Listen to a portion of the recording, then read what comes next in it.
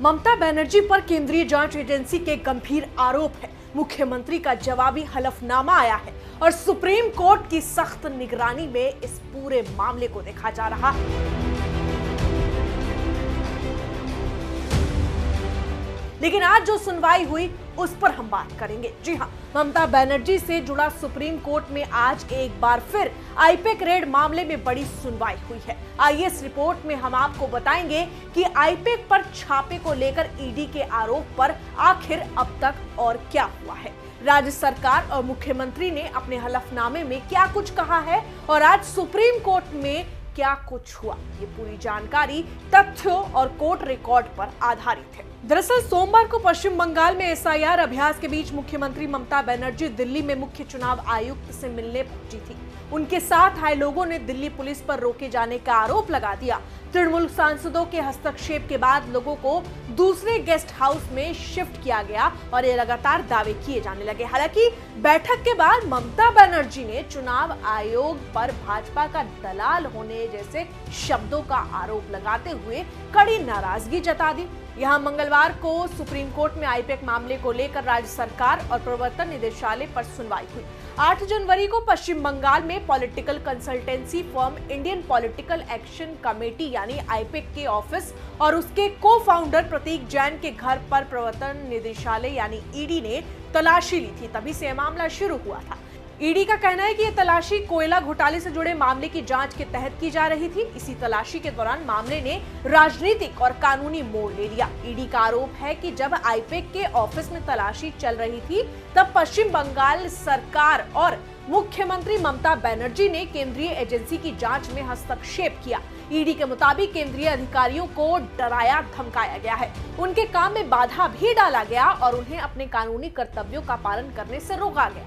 ED ने इसे लोकतंत्र के खिलाफ गंभीर मामला बताते हुए सुप्रीम कोर्ट का रुख किया था। ईडी ने मुख्यमंत्री, राज्य के डीजीपी और कोलकाता पुलिस कमिश्नर के खिलाफ एफआईआर दर्ज करने की मांग की। ईडी की ओर से सॉलिसिटर जनरल तुषार मेहता ने कोर्ट में कहा था कि केंद्रीय एजेंसी को अपना काम करने से रोका गया है। इसके जवाब में राज्य सरकार की ओर से कहा गया कि ईडी की याचिका स्वीकार्य नहीं है और ये फोरम शॉपिंग का मामला है। राज्य सरकार का तर्क था कि कोलकाता हाईकोर्ट में इसी तरह के मामले पहले से लंबित है। इस मामले में पश्चिम बंगाल के मुख्यमंत्री ममता बनर्जी ने सुप्रीम कोर्ट में जवाबी हलफनामा दाखिल किया है। यह हलफनामा ईडी के सहायक निदेशक निशांत कुमार की याचिका के जवाब में दाखिल किया गया। हलफनामे में कहा गया है कि ईडी द्वारा की गई तलाशी कानूनी कार्रवाई नहीं बल्कि बहाने के तौर पर की गई थी।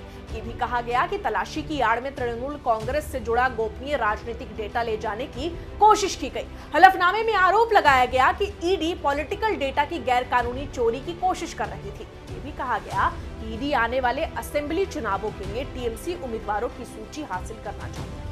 इन आरोपों को ईडी ने एक सिरे से खारिज कर दिया। हलफनामे में यह कहा गया है कि तलाशी के दौरान ईडी अधिकारियों और पश्चिम बंगाल पुलिस के बीच टकराव हुआ। आरोप है कि ईडी अधिकारियों ने पुलिस के साथ मारपीट की और बाधा डालने की कोशिश की। इन घटनाओं को लेकर पश्चिम बंगाल में 4 एफआईआर दर्ज की गई है। वहीं ईडी का कहना है कि राज्य पुलिस ने केंद्रीय एजेंसी के काम में अनुचित दखल दिया। हलफनामे के अनुसार जब मुख्यमंत्री तलाशी वाले परिसरों पर पहुंची तो उन्होंने पार्टी से जुड़े डिजिटल उपकरण और फाइलें वापस लेने की अनुमति मांगी।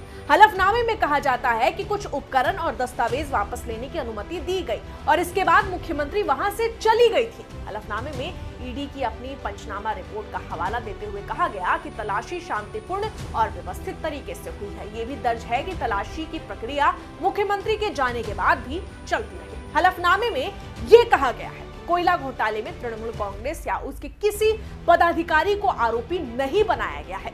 इस आधार पर यह तर्क दिया गया कि ईडी को पार्टी के गोपनीय डेटा पर अधिकार नहीं है और वो रोविंग एंड फिशिंग इंक्वायरी नहीं कर सकती। आज की सुनवाई में सॉलिसिटर जनरल तुषार मेहता ने कोर्ट को बताया कि राज्य सरकार का जवाब उन्हें आज ही मिला है, इसलिए ईडी को अपना जवाब दाखिल करने के लिए थोड़ा समय चाहिए।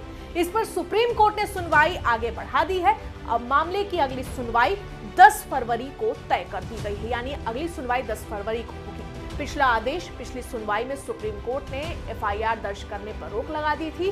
साथ ही तलाशी वाले परिसरों और आसपास के इलाके का सीसीटीवी फुटेज और डिजिटल डेटा सुरक्षित रखने का आदेश दिया था।